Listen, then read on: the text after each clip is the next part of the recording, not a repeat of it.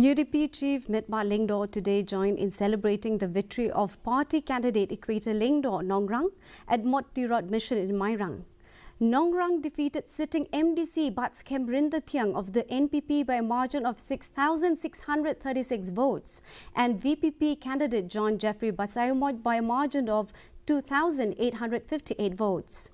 A massive crowd, numbering in the tens of thousands, celebrated the electoral victory as the party president and the candidate delivered the congratulatory addresses.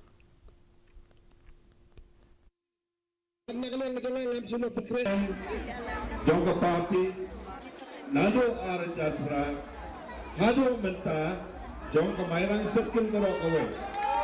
Agak takti medoslim.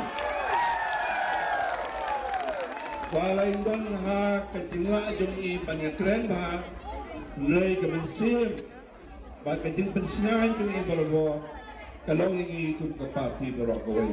Bah ya kayen kesam jum'i. Kebai judan ban ai kejekersan ya ke parti. Ai kubeleng anam neje ketang iwai tuwai. Ya baru kita kikan basa kilidar kibalik bang campaign yang ada election.